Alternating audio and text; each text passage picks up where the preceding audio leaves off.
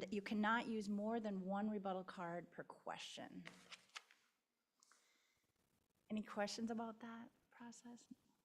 And if you wouldn't mind, just when you're done with your card, just put it up by your name tag, and then I'll make it easier for me to keep track that you've used your 3, or so that would be great.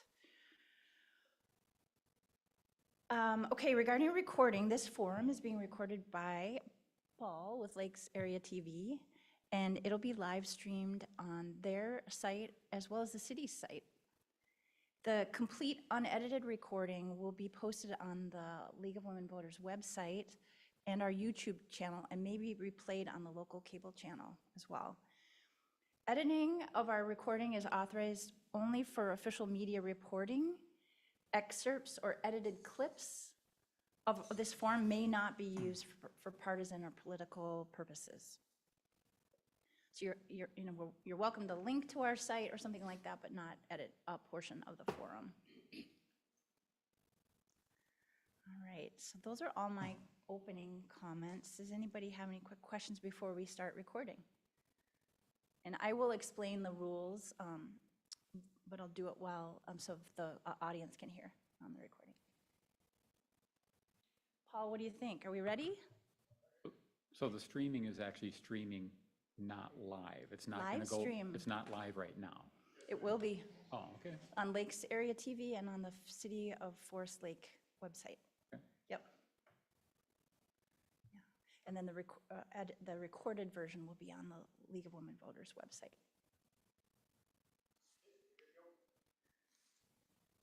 Hello and welcome to the Candidate Forum for the Forest Lake School Board. I'm Heidi Boyd, and I'm a member of the White Bear Lake Area League of Women Voters, and I'll be your moderator today. I do not live in the Forest Lake School District. The League of Women Voters is a nonpartisan volunteer organization which encourages citizens to participate in government. Our mission is to support voter education and voter rights. We do not support or oppose any candidate or political party. Our goal is to encourage citizens to learn more about the positions of the candidates who will be on their ballot. All candidates who filed to run for this position were invited to participate in the forum today. And today we have 6 candidates, and they are Tessa Antonsen, Mark Castle, Rob Raphael, Jim Smith, Gail Tyson, and Daniel Tuat. There are 2 candidates who were not able to be here today, Julie Corcoran and Laura Duranju. There are 4 open seats for the Forest Lake School Board. To begin our forum today, each candidate will introduce themselves by name and make an opening comment of up to 1 minute. Our timekeeper will show warning signs of 30 seconds, 15 seconds, and then a stop sign. At the time, if you see the stop sign, you can finish your sentence. For opening comments, candidates will respond in alphabetical order by last name. Thereafter, the order of speaking will be rotated. Candidates will have 1 minute to respond to each question, but candidates, you don't have to use the full time. You can say what you have to say and be done, and that will allow time for more questions. Each candidate will have up to 3 opportunities to clarify information or rebut another candidate's responses. Each rebuttal is limited to 30 seconds, and a candidate may only use 1 rebuttal per question. When our questions are finished, candidates will have 1 minute for their closing remarks, and that will be in reverse alphabetical order by last name. The questions for today's forum were received in advance from the public and reviewed by a committee of League of Women Voter members. We are not going to use any questions that are unclear, hostile, or personal in nature. We may consolidate questions that fall in the same general topic area, and all questions submitted are the property of the League of Women Voters. So we will begin with our opening comments, and we'll start with Tessa Antonsen. Hi, well, my name is Tessa Antonsen. I live in Columbus with my husband and 3 boys, all of whom have been in the Forest Lake area schools, including Lino Lakes Elementary and the Forest Lake Middle School. We moved here in 2012 and very much enjoy the community here and all the things it offers while giving that rural feel. We've had wonderful experiences within the school district through community eds, school-sponsored programs and events, and meeting many of our neighbors through my husband's honey and selling that to our friends and family as well. I'm running for school board first and foremost to advocate not only for my own children, but for the taxpayer and for your kids and grandchildren, the teachers in our community. My goal is to encourage increased community engagement and more transparent about what is going on and advocate for academics. Thank you. Thank you, Tessa. And next we have Mark Castle. Thank you for inviting me here. My name is Mark Castle. My children have graduated in 2014 and 2017. And I had done many things with the school as far as chaperoning and helping out with the sports. And there were issues when my kids were in school, but it does seem like that the issues have increased or gotten worse. And my focus is academics. Children should be independent adults when they leave the school system. And one of the folks I've talked to during campaigning says that their graduate cannot even balance a checkbook. This does not seem like success to me. So I think it's time for a change. Thank you very much. Thank you, Mark. And our next candidate is Rob Raphael. Yeah, hi, my name is Rob Raphael, and I'm running for re-election to the Forest Lake School Board. I mean, for me, when I look at my time on the board, there's three things that I've focused on. Number one, student achievement. We want every student to have a set of academics and teachers that push them as far as they can go academically. And so that when they graduate, they're fully prepared for what's next. Second, options for kids. It's critical that the education that kids get at Forest Lake is tailored towards them. And if we look at our STEM programs, our tech, our ag, all those different programs like that, that's one thing we do great, but it's also something that I think is critically important for our kids. Lastly, I want to say that every student belongs. When a student comes to Forest Lake, I believe that when they walk through that door, they deserve to have a safe and welcoming environment that helps them academically to achieve the high standards that we set. Thank you, Rob. Next, we have Jim Smith. Good morning. My name is Jim Smith. Let's talk about learning. I've been doing just that, talking about learning for years, and I'm not stopping now. There are many issues school board members must address, but really two issues top all others.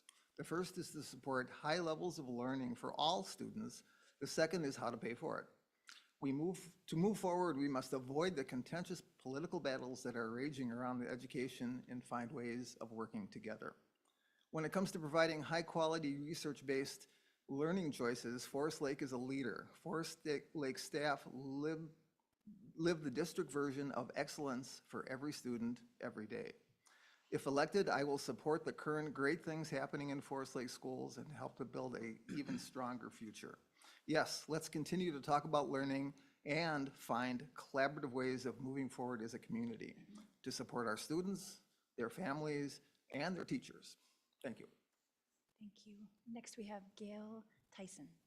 Hello, everyone. I am a current school board member, Gail Tyson, and I want to start by thanking the League of Women Voters for holding this forum today. I'm a proud mother of two Forest Lake graduate daughters. My husband, Don, and I live right here in Forest Lake. I have been privileged to serve as a school board member since 2012, leading our schools to become an environment where every child can succeed and feels prepared for life after high school. We have made significant improvements in our facilities and school curriculum that provide our students with a broad range of opportunities. This happens by listening to parents and students, working with my colleagues, and being engaged in the community. It really does take everyone working together for a child to succeed. School boards represent what is important to the community. I'm passionate about your child succeeding.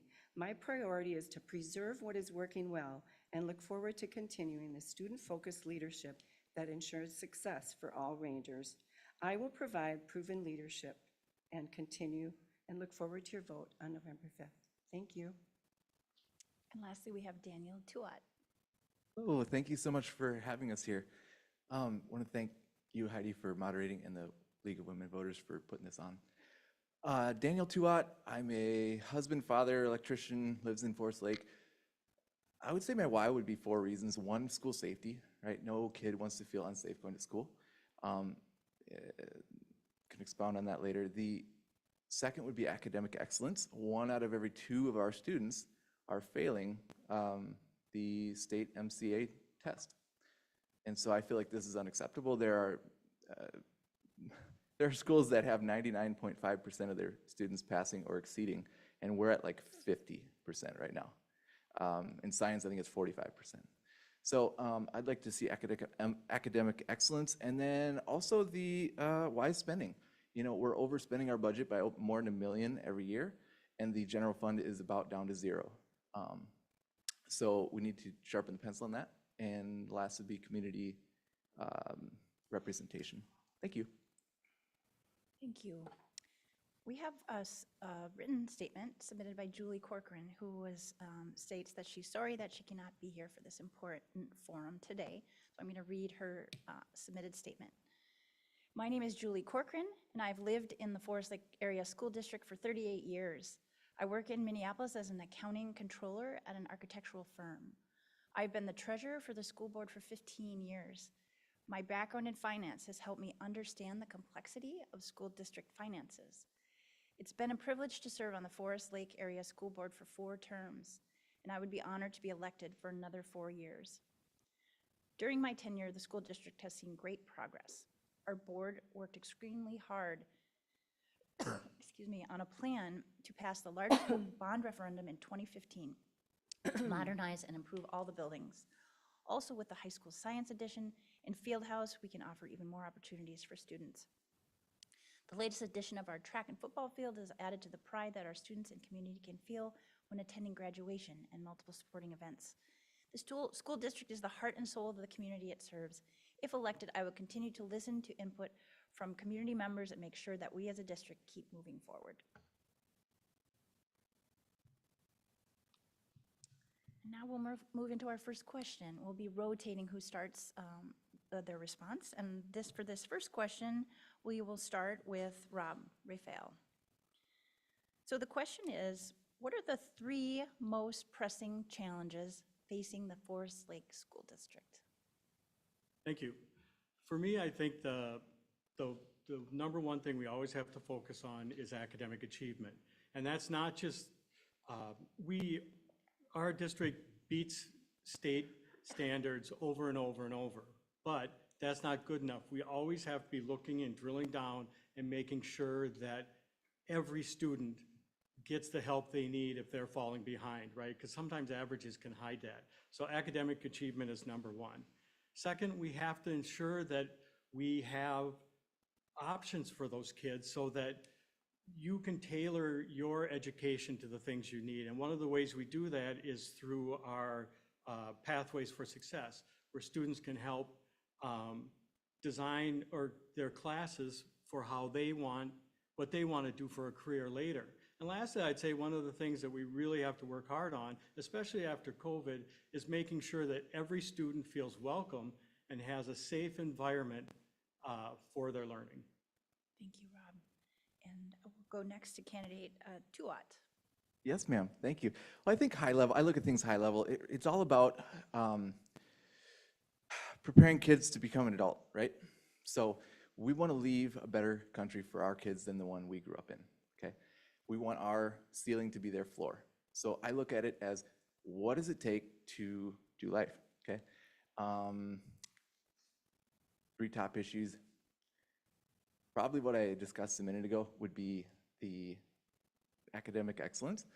If you can't make change, you go to checkout and the kid, you give him an extra $1 and he has to type it in a calculator to get his change out of that. Whoa, right?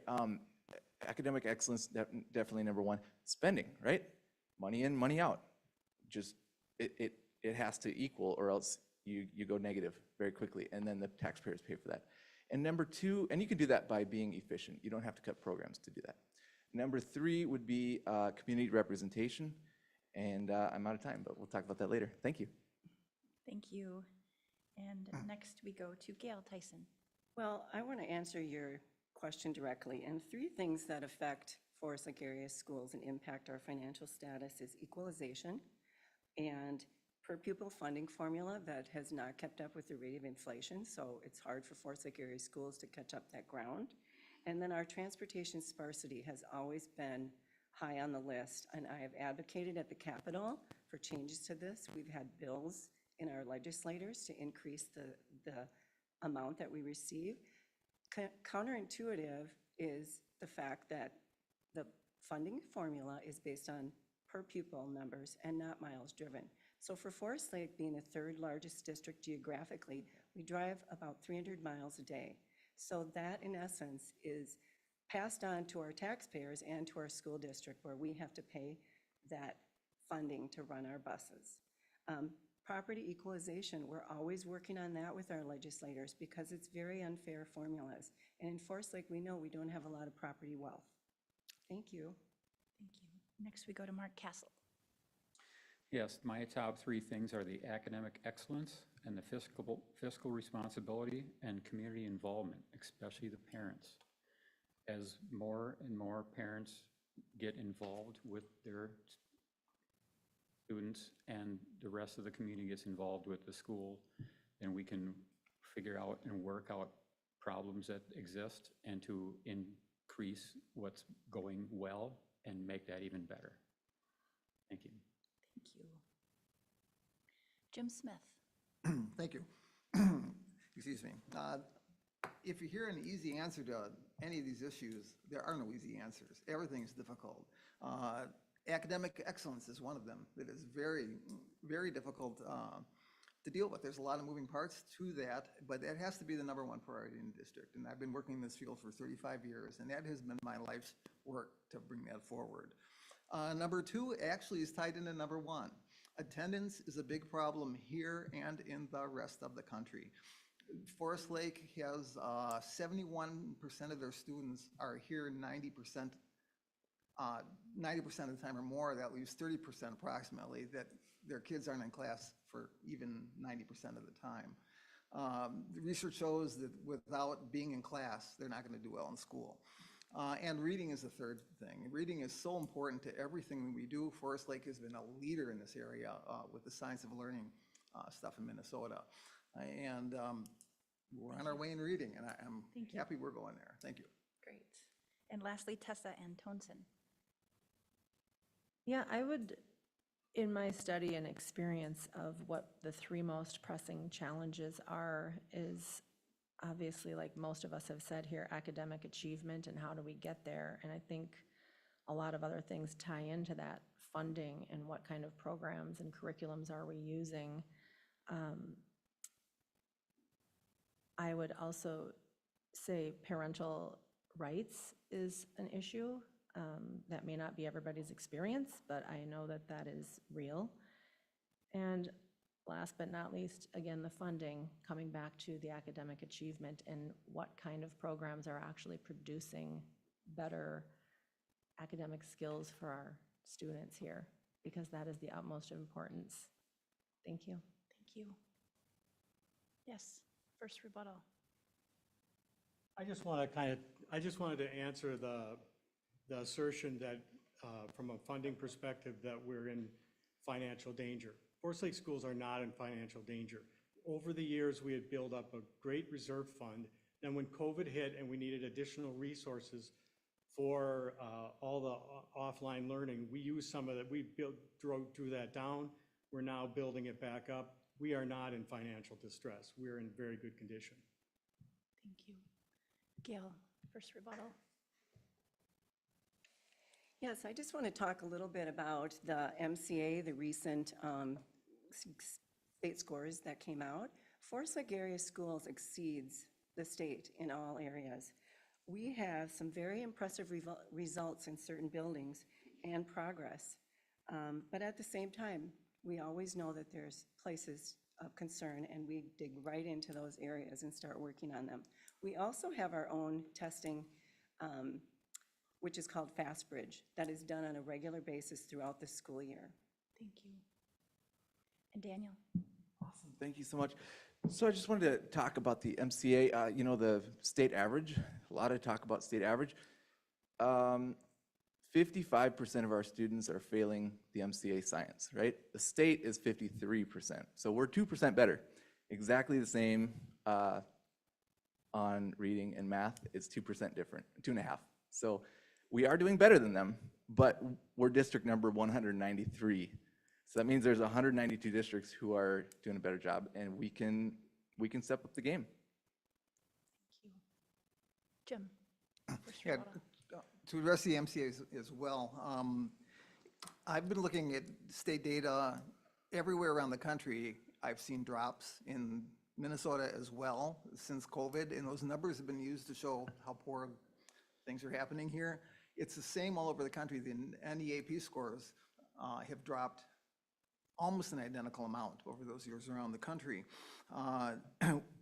It needs to, we need to be realistic about what scores can do. Our attendance alone can knock us down quite a bit. Thank you. Anyway, thank you. And Tessa? Thank you. I'd like to say that when we look at the test scores, they aren't everything, but they are a huge issue. And we can look at, I'm wondering, what ways are we looking at evaluating what's working in our schools to increase our students' achievement, as opposed to the extra programs that we're spending a lot of money on that may not benefit everyone and actually create the equity that we are proposing to do. Thank you. All right, we were going to move on to the second question, which is related to financial challenges of the district. And our first respondent will be Jim Smith. So the question is, declining student enrollment has created financial challenges for the school district, including a $1.25 million budget reduction for the 24-25 school year. What options would you consider to address these financial challenges? We'll start with Jim Thank you, Smith. that's a good question. The enrollment drop, I think is pretty much a result of the demographics of an aging population. What I would look at is learning has to be number one priority. For example, the middle school program right now, or I should call it the junior high. The junior high is moving to a middle school model. This is an excellent example of shifting things around based on brick and mortar decisions, but it's basically really good for learning. A middle school model is much higher, is an effectiveness rate than a junior high. So that's a positive move to save some money, but it's a positive move for education. And that's what I've been seeing in this district since I started going to board meetings a year and a half ago. There's lots of information out there all the time if you just look for it. Thank you. Thank you. And next we go to Tessa Antonsen. I would ask that you repeat the question for me. Thank you. Absolutely. Please. So declining student enrollment has created financial challenges for the school district, including a $1.25 million budget reduction for this 24-25 school year. What options would you consider to address the financial challenges?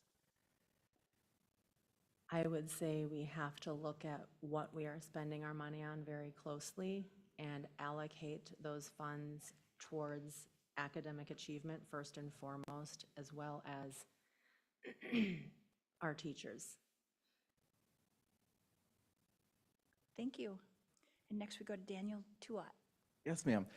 Okay, so the declining student enrollment, right? 63% of students in our district go to Forest Lake Public Schools. So that means not almost half, but quite a few are going elsewhere, right? We're number 193 as a district. Just up the road, Matamidi is number 11, right?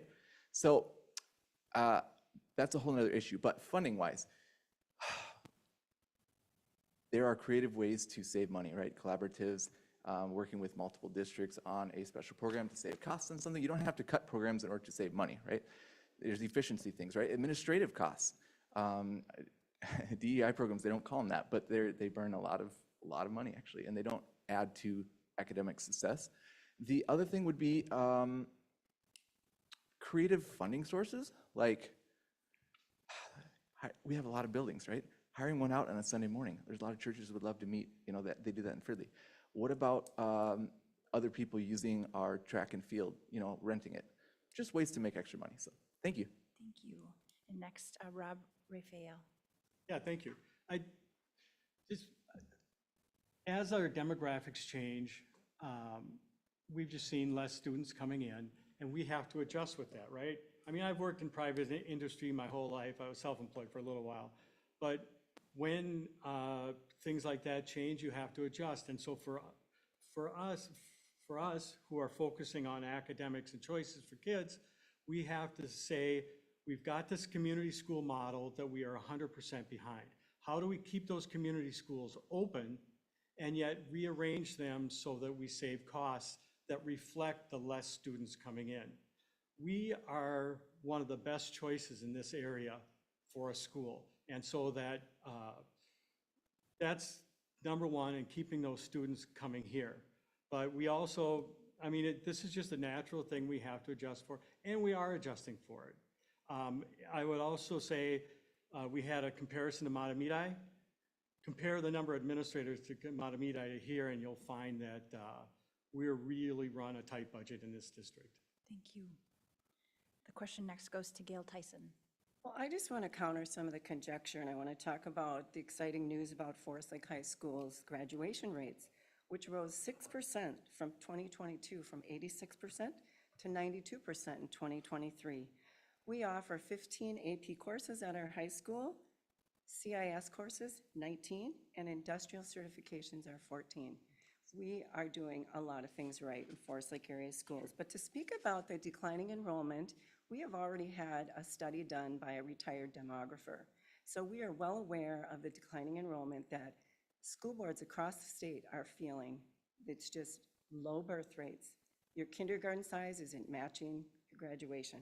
So we have done a study for our capacity, and we are putting something forward to include our 6th grade in our middle school model.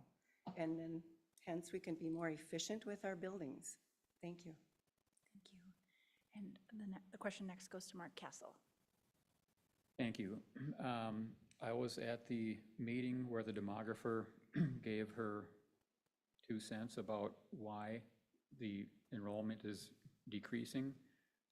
Nothing was ever said about the academic scores. And my daughter was specifically looking to move out of the area she was because of the scores of that school system. And she said she would not go to Forest Lake, but she was looking at Matamidi. She was looking at Centennial Lakes, and she was looking at Egan. All fiscal things need to be looked at, no matter if it's buying pencils or even the pay to the teachers, which is the most important pay that there is. And as we look into these issues and talk with the community, we can all come up with ways to decrease the costs and increase efficiency. Thank you. Thank you.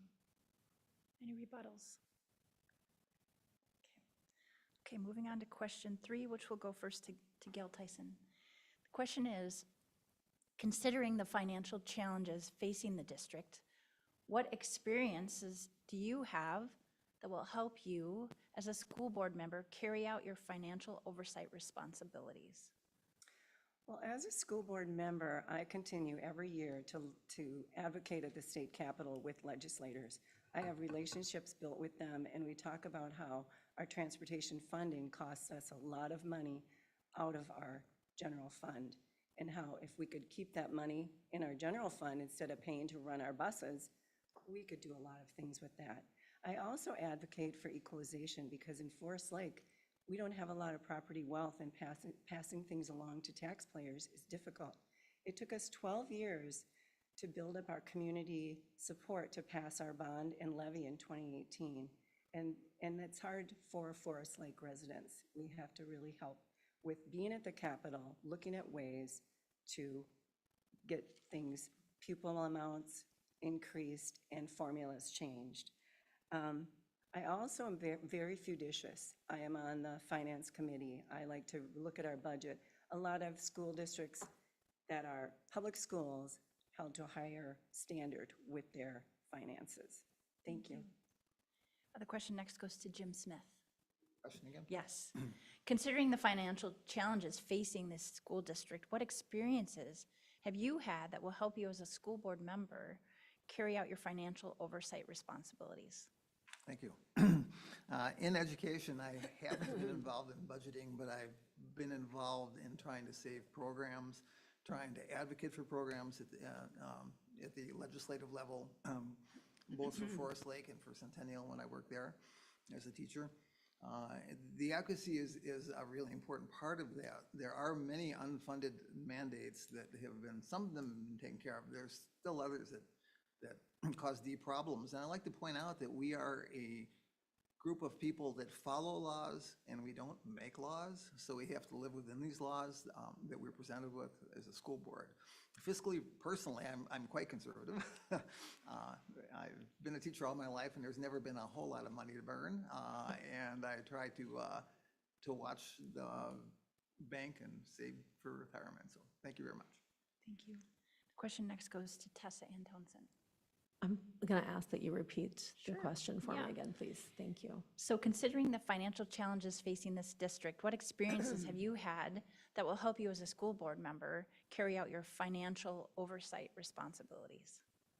Well, I'd say life experience. I mean, I've never had a budget of millions of dollars sitting in front of me, but I've always been very acutely aware growing up, using welfare and food stamps, being raised by a single mother. I am acutely aware of how important it is to prioritize your spending. I would think that we should be very transparent with the public.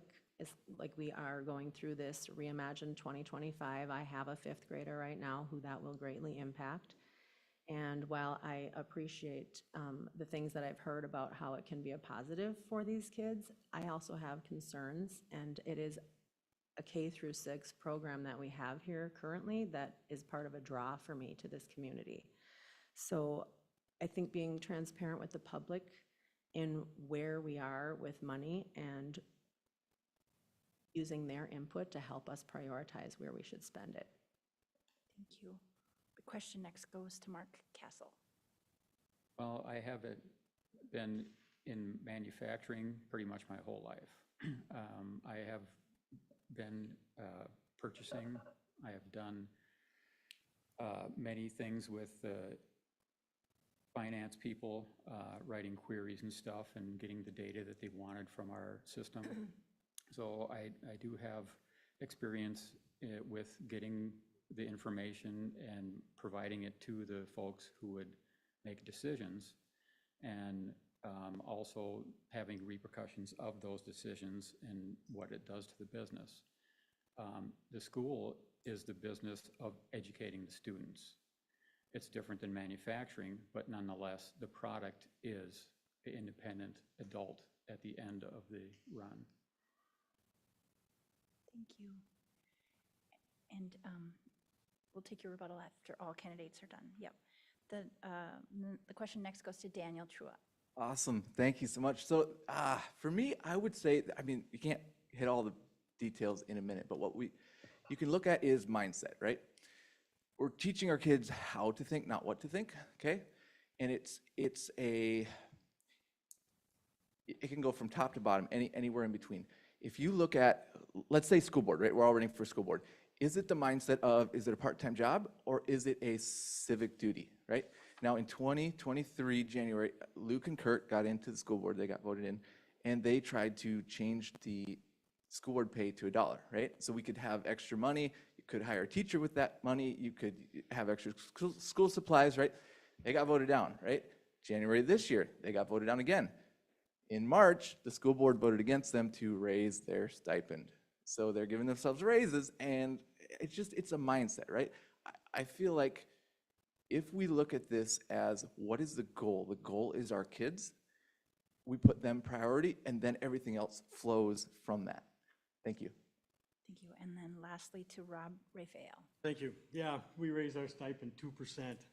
So let me use an example. So an example how that Member Tyson alluded to is that for busing, we've got one of the largest busing routes in the state.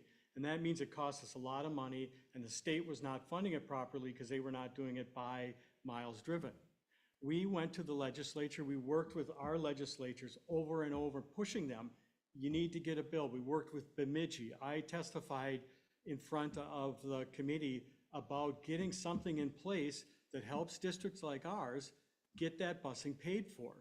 And we got a bill through. It was not anywhere near what we needed, but the next year, then we were able to add to that. And that's how this work is done, is that you take the time, you understand the problem, and you work diligently over time to correct the problem.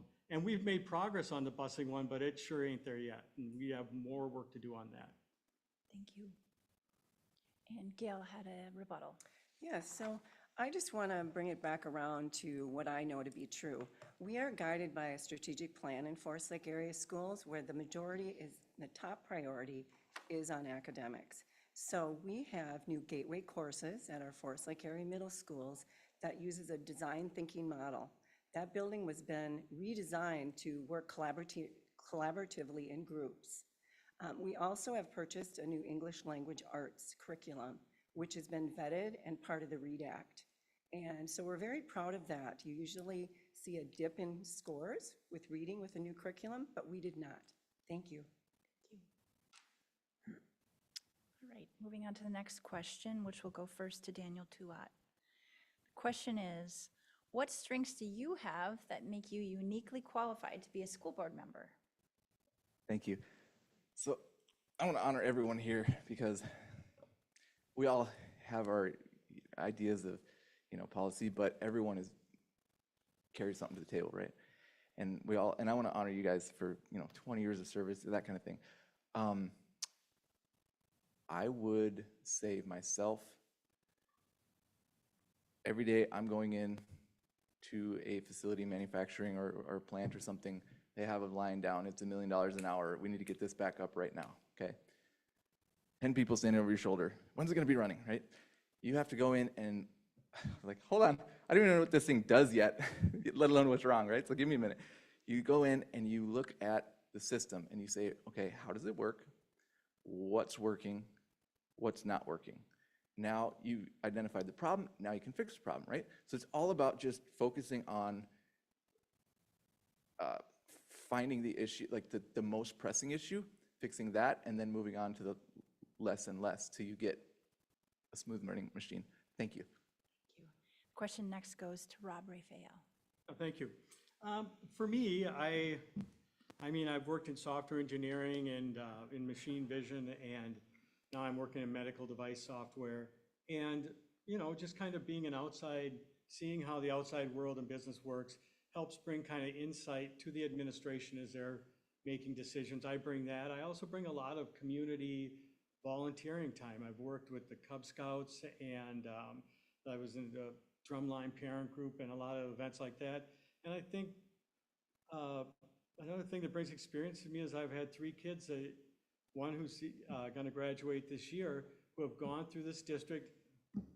All 3 kids are very different, have very different needs, and I have watched how this school district has addressed their needs over and over and over. And so, and lastly, I would say I've got a lot of experience on the board. I have watched how this district started out with a funding scheme that was just not great, and we've moved it towards a very successful way that we do our finances. Thank you. The question next goes to Jim Smith. Thank you. I've worked for 15 years in Centennial as a classroom teacher. Beyond that, I worked with Centennial as the middle school assessment coordinator, and we worked with building professional learning communities in that building. As a result of my work there and in another school I worked with, I helped 2 schools win academic awards that we were recognized for.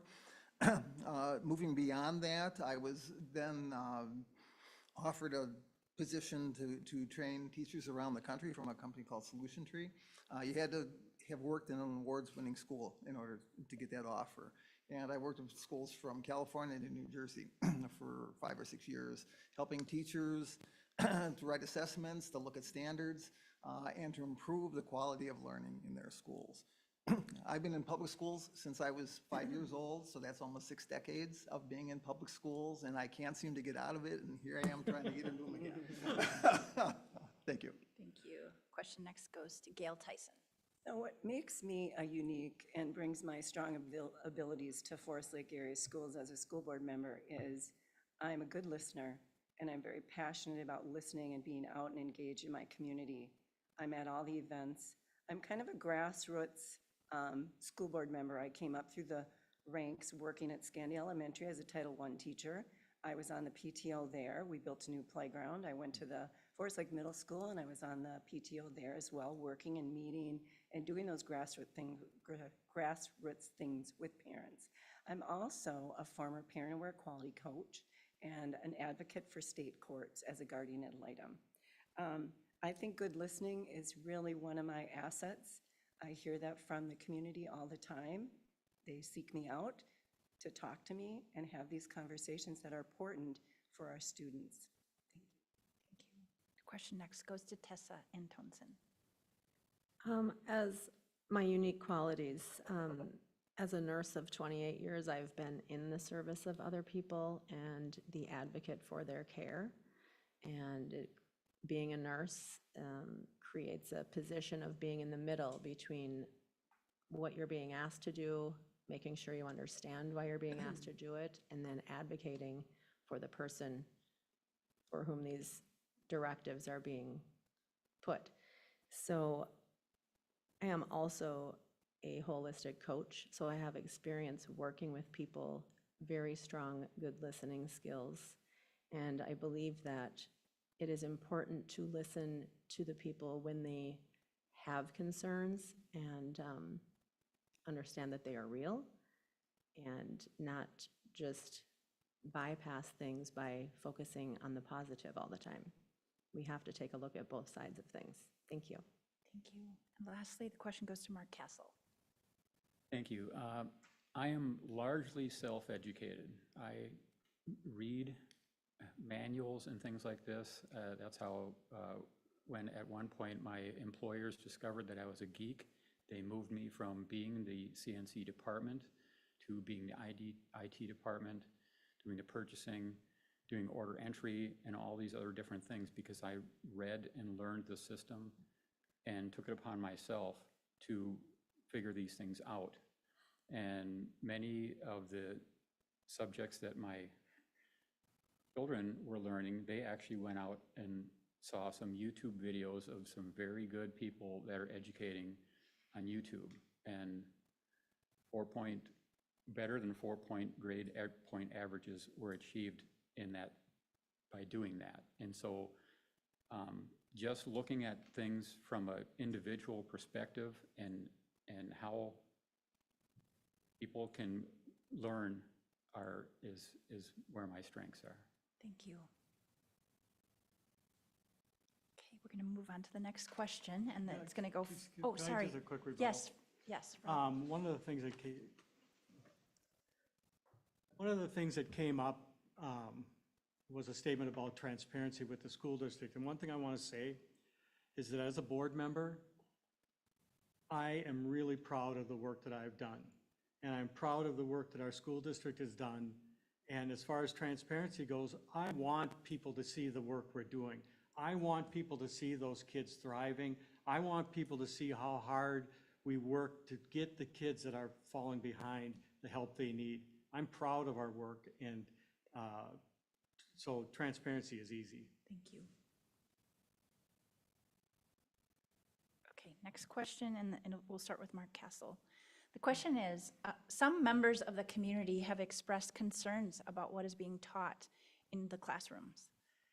This has become a point of contention at school board meetings. As a board candidate, do you have any concerns about what is being taught in the classrooms? Can you state why or why not? Yes, I do have concerns, and I've talked to many people while I'm out campaigning, and they have concerns too, that there are things that are in the school that actually don't have anything to do with the academic success of the students. And all of the programs that don't have viability with somebody after they come out of the school system for their being able to get a job or be an entrepreneur or whatever it is they decide to do, they don't follow along with actual education. So my concern with any of the curriculum that is not academic achievement is that perhaps we need to look at it and either eliminate it or downsize it and then increase the size of the things that have to do with life skills so that the students can be prepared for adulthood. Thank you. The question next goes to Gail Tyson. Well, we work very hard at our culture and building community in Forest Lake area schools. We have soft start days so that our 8th graders and our 7th graders and 9th graders at the high school can get that peer-to-peer support with our web leaders, where everyone belongs, and our link leaders at the high school. We have an incredible team of teachers that work hard on the standards that we get from MDE that are embedded in our curriculum. They are an exceptional group of educators, and they're both professional and exceptional in that the majority of our teachers hold a degree in the master's area. I think that we are transparent, and anybody can come and be on our curriculum committee if they want to learn more about how these decisions are made.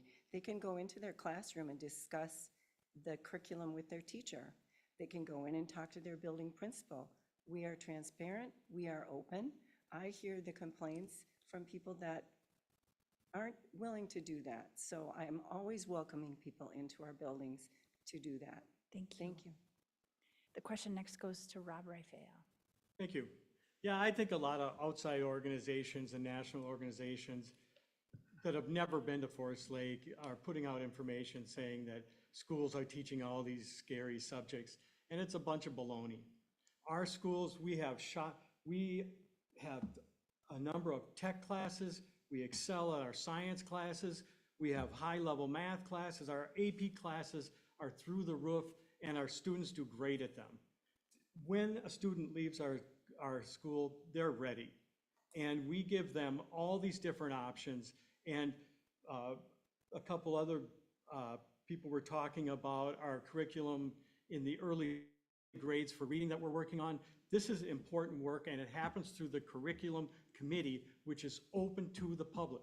If you want to have a voice in our curriculum, what we teach, you can be on the curriculum committee. You can hear about all these different reading programs, and it doesn't stop there. It goes to the teachers and the principals and the parents.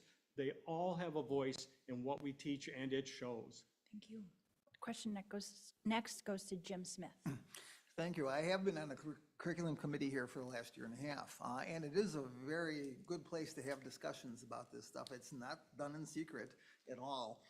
And I also want to point out that we are in an institution that follows laws.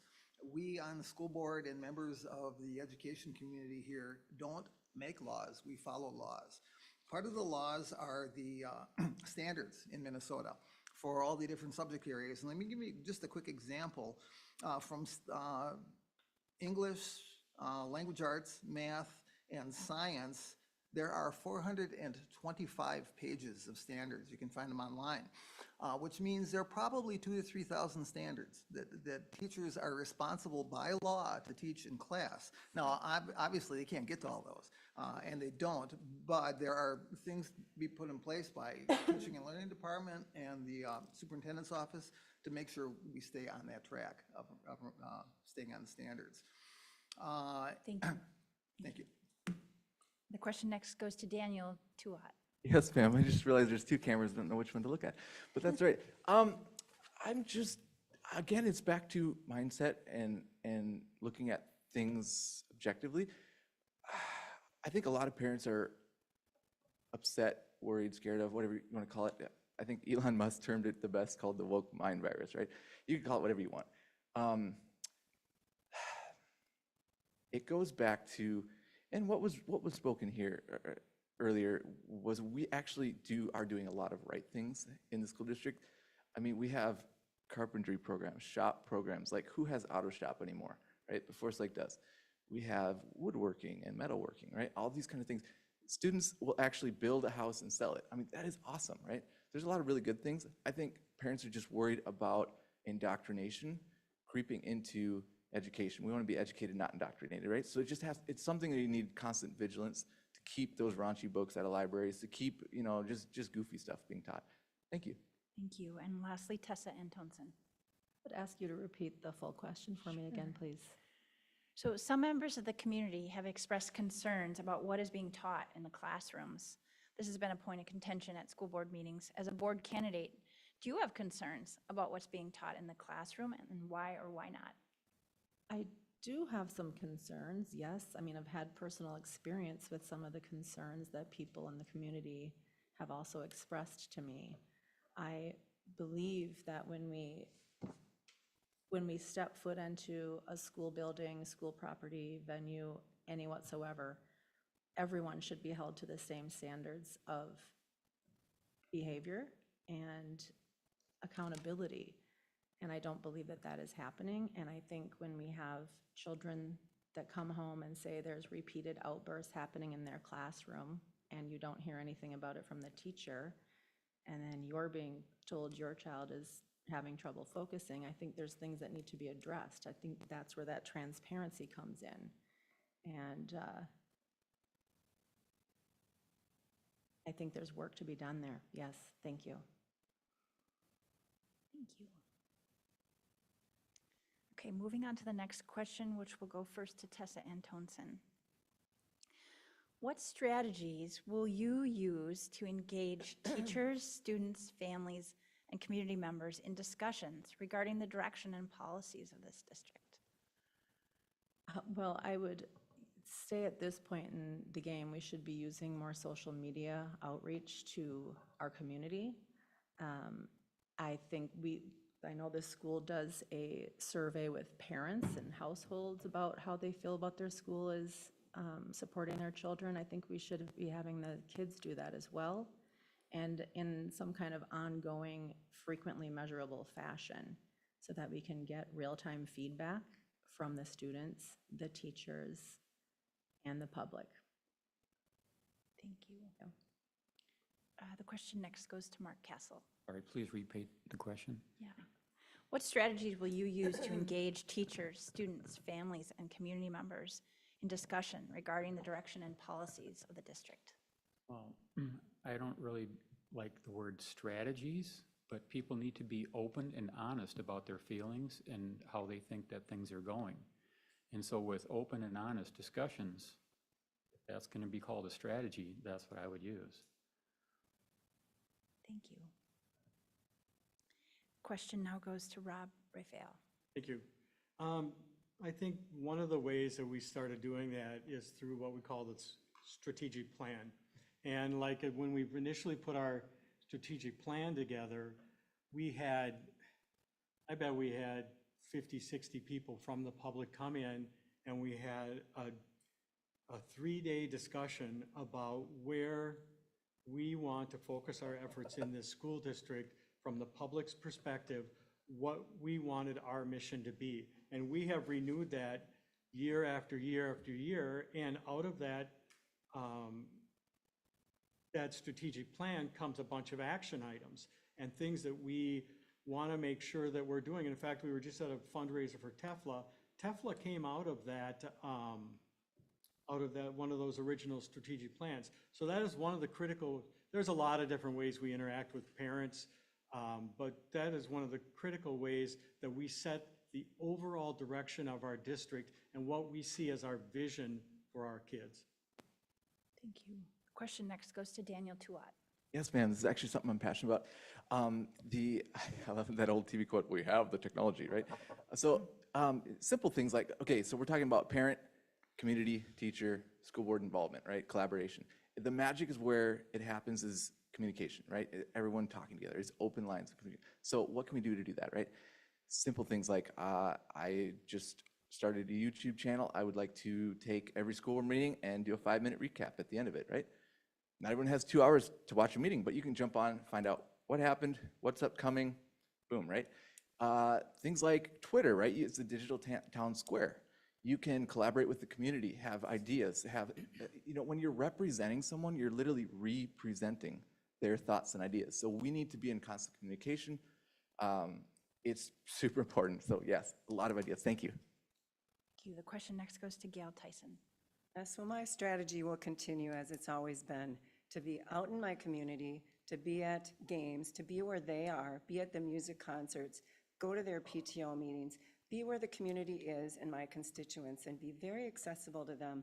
I had a conversation that went 15 minutes at the football game a Friday ago. I also will run into parents and constituents in Target, wherever I am, I'm always accessible. If you want to grow honesty and grow your trust, you need to be out in the community, you need to be at events, you need to be engaging with the students and the parents and everyone in our Forest Lake Ranger community.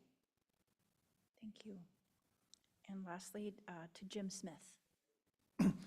When I started looking into the district almost 2 years ago now, actually, I started going to listening sessions. These are offered before board meetings. The first board meeting of the month where community members can come in and give feedback. The superintendent is writing, I think he writes a column every so often in the Times paper. Online is a great resource for the Forest Lake Schools community. Also, I do have a little concern about social media as being an avenue for this conversation. X, or Twitter as it used to be known as, is an example. I did some quick math, we probably have close to 16,000 people in a district on Twitter out of 50,000. However, Target, Best Buy, General Mills, Medtronics, United Health Groups, 3M have all stopped working on Twitter. And the statement from 3M was, we, like many other companies, want to create a safe environment for dialogue. And that's the key, a safe environment for dialogue, where we can have these important discussions and move forward. Thank you. And a rebuttal from Rob Raphael. Well, it's kind of a rebuttal. Number one, I wanted to agree with Member Tyson, because that is the core of it. It's just being available for people. And I just had a discussion with somebody who was responsible for some hockey, and he was having a concern about working with the district with communications, and that conversation is critical. And I'd also like to say that we have a lot of social media going out as a school district, and it's, yeah, if you want to, if you're interested in sports, academics, all those things, and I'll leave it at that. Thank you. Thank you. Right, we are going to move on to our last question for today, and then we'll have closing remarks. So the last question first is going to go to Daniel Tuat. And the question is, the number 2 goal of the strategic plan of the Forest Lake School Board is to attract, develop, and retain highly qualified educators. However, Forest Lake teacher salaries are lower than neighboring and comparison districts. Yep. Given this pay disparity, why should teachers stay in Forest Lake? Thank you for that question. This is huge. Teachers, policemen, firefighters, and military are some of the most underpaid employees in our individuals in our nation, right?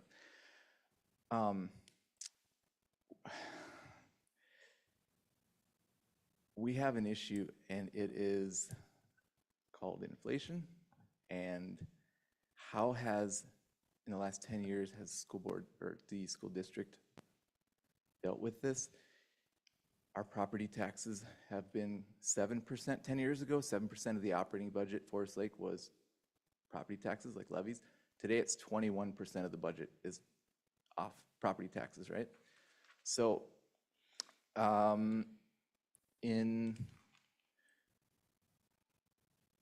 2023, last year, Minnesota statute 126C17, right? Oh, time's up. We'll get into that later. Thank you. Okay, thank you. And the question next goes to Rob Raphael. I'm sorry, could you repeat the question? Yeah, definitely. The number two goal of the strategic plan of Forest Lake School Board is to attract, develop, and retain highly qualified educators. However, Forest Lake teacher salaries are lower than neighboring and comparison districts. Given this pay disparity, why should teachers stay in Forest Lake? Thank you. I would also point out that our administration costs are lower as well, or salaries are lower as well. It's a big problem. I mean, we've got a great curriculum department, and our new teachers that come in oftentimes come in for 4 or 5 years and then go to a higher paying district because we are so good at training our incoming teachers. And so it's a real problem. We've had it in our strategic plan. We try to increase it as much as we can, but we've got these fixed budget constraints where we can only go so much. So that means we have to really ensure that we try to give our teachers a very positive work environment and do other things like that to keep them on board. And we do, and a lot of teachers do stay on, but it's a critical problem. I really think that the state has to increase funding to our district so that we can kind of bring those salaries up. Thank you. The question next goes to Mark Castle. Thank you for the question. I have talked to several people that used to be teachers, and they said they wouldn't come in and be a teacher now for anything.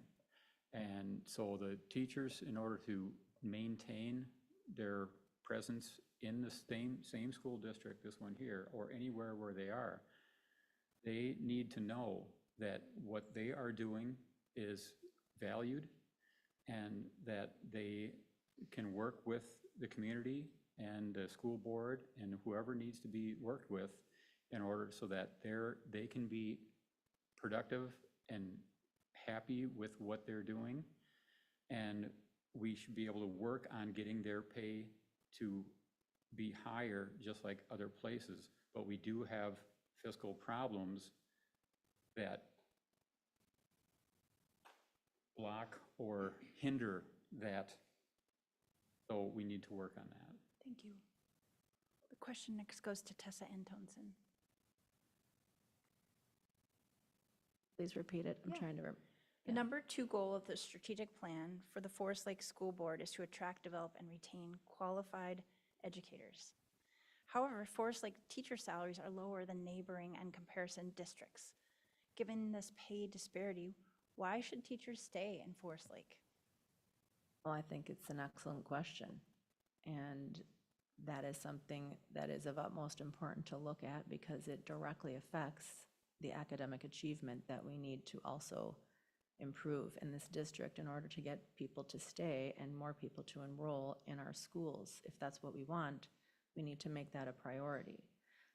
Being a nurse of 28 years, I see some similarities from the healthcare system to the educational system where the teachers are the backbone, such as like nurses are kind of the backbone or a big part of it in the system that they work in. And when they do not feel valued and when they are not paid, compensated well, and when they do not feel safe in their classrooms or safe to speak up about things they disagree with, they will leave. Thank you. Thank you. And next, Jim Smith. All right, thank you. How to retain teachers, that's interesting. When I started in Centennial like 40 years ago, we were hemorrhaging teachers out of Forest Lake into Centennial because their pay was quite a bit better than they were out here. It seems like that's changed. It seems like a lot of teachers are looking at Forest Lake, and it's got to be for something other than the pay. I would like to pay teachers more, but that is an advocacy issue. Teachers are looking for support from administrators, like we heard about earlier. They're looking for a leadership that helps develop other leaders within the district, which is Forest Lake is doing that. They're looking for a learning model that works, that fits in with data, with best practices in education and research-based learning. And I'm looking for people to stop a hate. There's been a lot of that generated against teachers for a lot of pretty fictitious things over the years, and that's needed to stop as well. There's a lot of great things happening here, and teachers are recognizing that. If we could pay them a little more, that'd be good too. Thank you. And lastly, Gail Tyson. Yes, when we go to settle our teacher's contract, there's one thing that I always say to myself. It's more than we can afford, but unfortunately, it's way less than they deserve. So I want to repeat that in Forest Lake area schools, we have a team of educators that is both exceptional and professional, with the majority holding a master's degree. We have strong academics, and it's mostly due in part to our strong teaching force. Our educators, our retired educators, come back to sub for us. When we have retirements every year, we have teachers retiring with 20 to 30 plus years in Forest Lake area schools, because there is that strong leadership, there is that camaraderie, there is PLC time and support for what they're doing in the classroom, having time to share ideas and how to grind down and drill down on what is best practice. So I'm proud of our teachers. We have such a strong group. They are admired by parents throughout the district, as well as myself and our whole school board. Thank you. We will now turn to our closing statements, which we will do in reverse alphabetical order by last name. Each candidate will have 1 minute for their closing statement to summarize their qualifications and positions. And we will start with Daniel Tuat. Awesome, thank you so much. So property taxes, tax levies, right? This is what got me into the race. The 2018, we voted as a community to almost double our tax levy to support our schools. I actually voted for it, right? But I voted for 1 tax levy. I didn't vote for 2. The 8 years is coming up very soon. The current school board is talking about, there's a new authority from the legislature that they can just take a vote of 7 and completely re-up the levy without bring it to the citizens to vote. And I feel that's wrong. There's a team of us we call ourselves Team Tank, because that's the acronym of our last name. We're running against this, to stop this, because we feel like that's reaching in, grabbing your ballot and voting yes for you, and I don't agree with that at all. So Team Tank, Daniel Tuat is my name, and I would just love your vote on November 5th. Email me daniel.fls@proton.me, or give me a call and we can chat. 763-568-5759. Thank you. Thank you. And next, we go to Gail Tyson. Yes. Together and with your vote, we can preserve what's working well in Forest Lake area schools and continue that upward trajectory of building our students' academic futures. I am passionate about your child succeeding. I always listen to parents, students, and community voices. I have seen our district grow and improve since being elected in 2012. To this, I'm very proud. We have also faced challenges such as working through COVID and distance learning, but we are recovering from that, and our scores show this too. Our recent MCA results show we exceed the state average in all areas. My passion for public education extends beyond our school board. I also serve on Northeast Metro Intermediate Board. This is a member district board that focuses on serving our special needs students in a level 4 setting. I was also elected by my East Metro peers to be a director of Minnesota School Board Association. This has given me a leadership role in discussing policies and issues facing public schools and learning firsthand what is working well in other districts and across the state. I am your partner and proven leader in education. Thank you for your vote on November 5th. Thank you. And Jim Smith. Thank you. I know how learning works. Okay, I have a proven track record of growing it in many different places. And I'm also not objective. I will admit that up front. If it doesn't, if it's not something that works in learning, if it's not research-based, if there's not data behind it, I'm not objective about that. We need those pieces in place to make sure that the learning program in this district is the best it can be. And there's a lot of good stuff in place in that regard. I like to build coalitions, and this district is a place to do that. We've got a director of curriculum and instruction who's top-notch. I'd put him up against anybody in the country on how to improve learning in this district.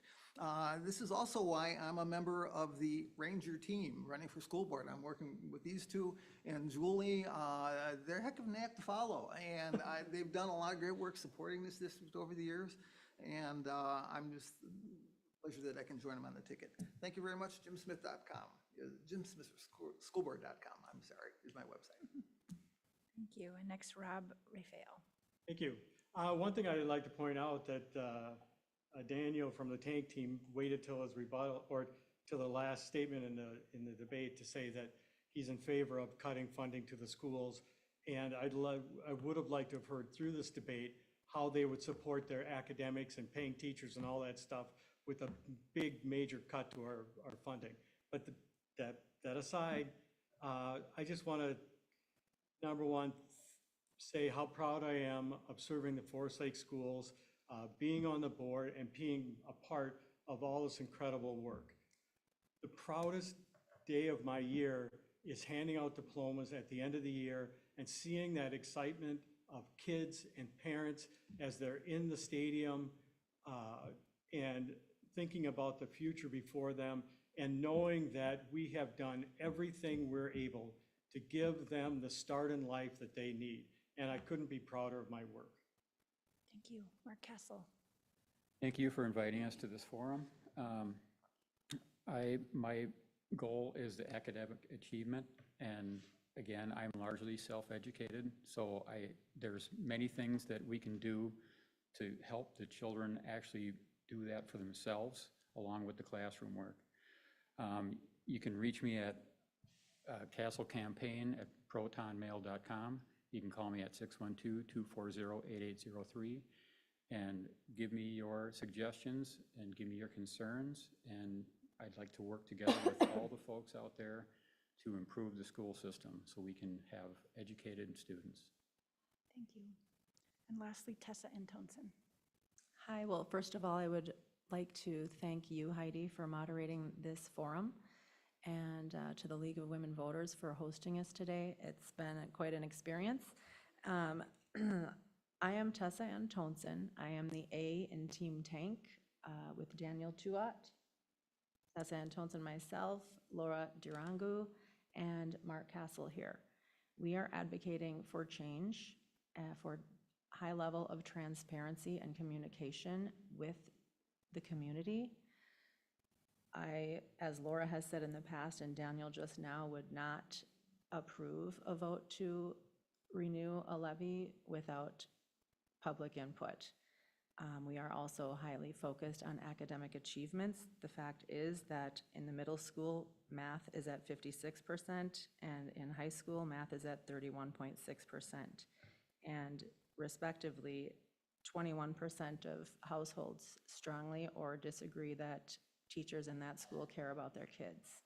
And I think while we do many good things well in our schools, we also need to acknowledge these points and work at changing them and improving them. Thank you. Thank you. This concludes our forum for the Forest Lake School Board. Thank you all for your participation. Our website is lwv-wbla.org and has listings for all of our candidate forums and links where you can submit questions for these forums. You can review the recording of this forum and all of our forums on our YouTube channel of Women Voters White Bear Lake area. You can look for it also on your local cable channel and at the time of your choosing. Thank you, and remember to vote. Early voting is September 20th to November 4th, and Election Day is November 5th. Thank you. Thank you. Thank you. Thank you, Heidi.